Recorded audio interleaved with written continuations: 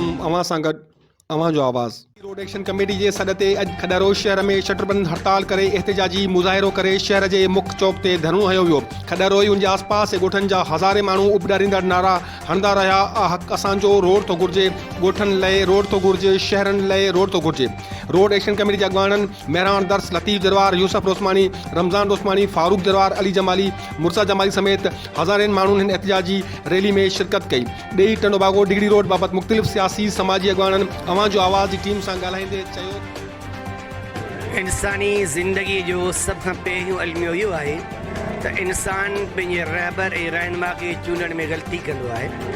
जॾहिं इंसान पंहिंजे रहबर ऐं रहनुमा खे चूंडण में ग़लती कंदो त उनजा मुआशरती हक़ ज़रूरु गज़ब थींदा। छो त ख़ाइन माण्हू खे, जेको माण्हू ज़ाती तरह सां करप्ट हुजे, जंहिंजे मथां नेब जे अंदरि करप्शन जा केस लदड़ हुजनि, उन माण्हू जॾहिं पेजारो ऐं पराठो जे अंदरि चढ़ी अचे, आवाम ताड़ियूं वॼाए पंहिंजो वोट उन ते इस्तेमालु करे त तव्हां 30 सालनि जो सुवाल कयो आहे, पर आउं चवंदो त 30 सदियूं गुज़री वेंदियूं जेसि ताईं निज़ाम जी तब्दीली न ईंदी।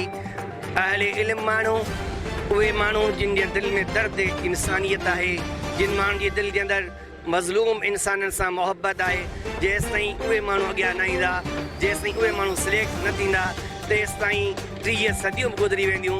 पर हिन क़ौम खे चाहे टंडो बागो खां अमनाबाद जी रोड हुजे, चाहे टंडो बागो खां खानशाह जो रोड हुजे, चाहे ॿिया रोड रस्ता हुजनि, चाहे स्कूल हुजनि, चाहे अस्पतालूं हुजनि, चाहे ॿिया इंसानी ज़िंदगी जा ज़रूरी अहम शयूं हुजनि, इहे हुनखे मुयसरु न थी सघंदियूं जेसि ताईं पंहिंजा रहबर सही न चूंडे सघंदा।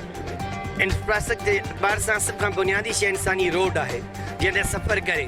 क़दीम ज़माने जे अंदरि बि जॾहिं उठनि घोड़नि ऐं गधनि जा सफ़र हूंदा हुआ, तॾहिं बि रोडनि जो तयन हूंदो हो। मंज़िल जे लाइ करे हिकिड़ो मुसाफ़िर हूंदो हो त उहो पंहिंजो रहबर खणंदो हो, जेको हुनखे रोड ॾेखारींदो हो।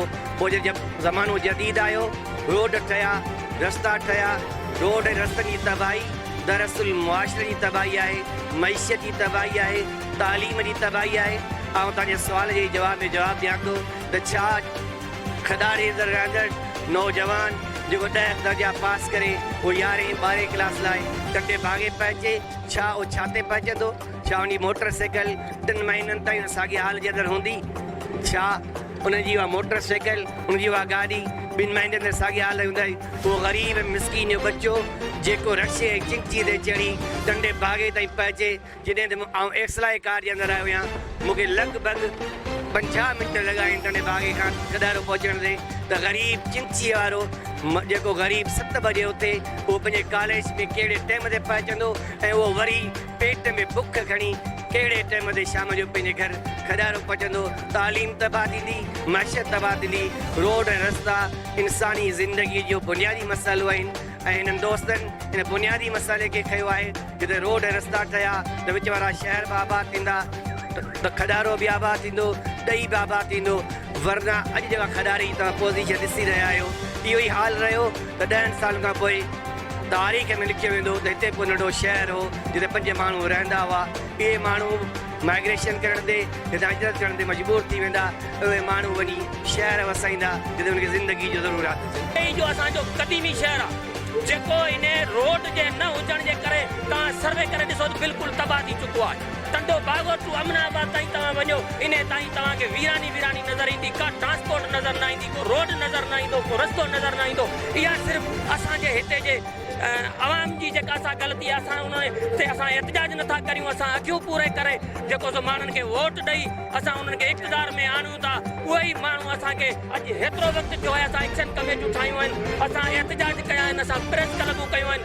इहो ॿुधायो जेकॾहिं पंहिंजो जेको एक्शन कमेटी जेके तव्हांजा आहिनि एहतजाज जा धरना, उन खां पोइ हुकूमत खे नोटिस नथी वठे, तव्हांखे अञा जी रफ़्तानी उहा छा हूंदी? हा, जेकॾहिं इन खां बावजूद बि जेकॾहिं गवर्नमेंट या के सियासी अमलदार असां सां राब्तो न कयो, इन में एक्शन न वरितो, त असां इन अमल खे अॻिते वधाईंदासीं। हींअर असां यूसी लेवल ते इहो जेको सो ठाहियूं आहिनि, अॻिते हली असां तहलके लेवल ते ठाहींदासीं, डिस्ट्रिक्ट लेवल ते ठाहींदासीं, सूबे लेवल ते ठाहींदासीं। असां मर्कज़ ताईं बि एहतजाज करे पंहिंजा हक़ विड़ी वठंदासीं। रोड जी इहा हालत आहे, भाउ तक़रीबन 10 खां 11 किलोमीटर रोड आहे। इन में असांखे तक़रीबन 1.5 खां 2 कलाक लॻनि था, जंहिंमें असांजा माना मोटरसाइकिल त ख़तमु थी वञनि, गाॾियूं ख़तमु थी वञनि, पर असांजो को कमु कोन थो थिए। न असां वटि को ड्राइवर अचण वारो आहे, न को असीं को परेशान आहियूं पंहिंजे हिसाब सां, न को मरीज़ जेको आहे पुॼी सघे त 2 बागे ताईं। असां बस वारनि खे इहा ई अपील था करियूं, असांखे सिर्फ़ु ॿियो कुझु न खपे, सिर्फ़ु असांखे रोड ठाराए ॾिनो वञे बसि। जेका मेजॉरिटी जेका माण्हुनि जी आहे उहा हिते आहे रोज़गार जे हिसाब सां सिर्फ़ु ऐं सिर्फ़ु हारी ऐं फुर तबिको, ऐं जेको ज़मीनदार जो जेको बि सर्वाइविंग आहे उहा बि इन रोड जे निस्बत सां हले थो, छो जो असांजो जेको जेका वणिज वापार थिए थो इन रोड जे थ्रू थिए थो, त उन जे हिसाब सां सब्जी या ॿियो कुझु जेको बि असांजो कारोबार आहे उहो मंडियुनि ताईं कोन थो पहुचे, छो उतां मंडियुनि ताईं जेको पहुचाए रसाई थिए टाइम ते रसाई थिए, उहो टाइम ते रसाई कोन थी थिए, उनजे करे असांखे उहो को बेनिफिट ई कोन थो मिले। जेका शइ असांजी 200 या 400 रुपए जी जेका छली टमाटर या जेका शइ खपे उहा असांजी 100 या 150 रुपए में ख़राब थी उते पहुचे थी। जेकॾहिं ॾेई जी सराउंडिंग ॾिसंदो या खदारी ॾिसंदो उते कॉलेज कोन्हे, कॉलेज जा जेके छोकिरा आहिनि या डिग्री वञनि या टनो भाॻो वञनि, उनजे लाइ हिते का बि सहूलियत कोन्हे को, उनजे करे तइलीम असांजी तबाह आहे। तव्हां सुठी ॻाल्हि कई आहे, सच पुछो त आऊं त ॾाढो ख़ुशि थियो आहियां जेका हीअ तव्हांजी जदोजहद आहे। आऊं त पहिरियां ई हुनखे सलाम पेश कयां थो, तव्हांखे जस हुजे। ऐं रोड न ठहण जो सबबु असांजूं कोताहियूं आहिनि, हितां जे वोटरनि जूं कोताहियूं आहिनि।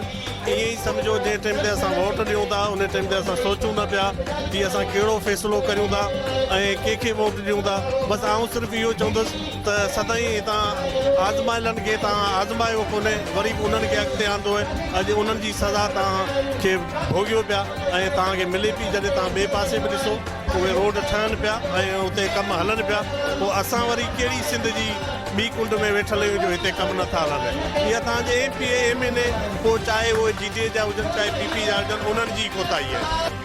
एहतजाजी मुज़ाहरे में शरीक रोड एक्शन कमेटी जे अॻवाननि ऐं मुख़्तलिफ़ मकबे फ़िक्र जे माण्हुनि जो चवणो हो त हीअ असांजी जदोजहद नंढनि वॾनि ॻोठनि खां शुरू थी हाणे तहलके ऐं ज़िले हेडक्वार्टरनि जे शहरनि ॾांहुं वधंदी। रोड हितां जे माण्हुनि जो बुनियादी हक़ आहे ऐं असां पंहिंजे हक़ जे लाइ एहतजाज जारी रखंदासीं।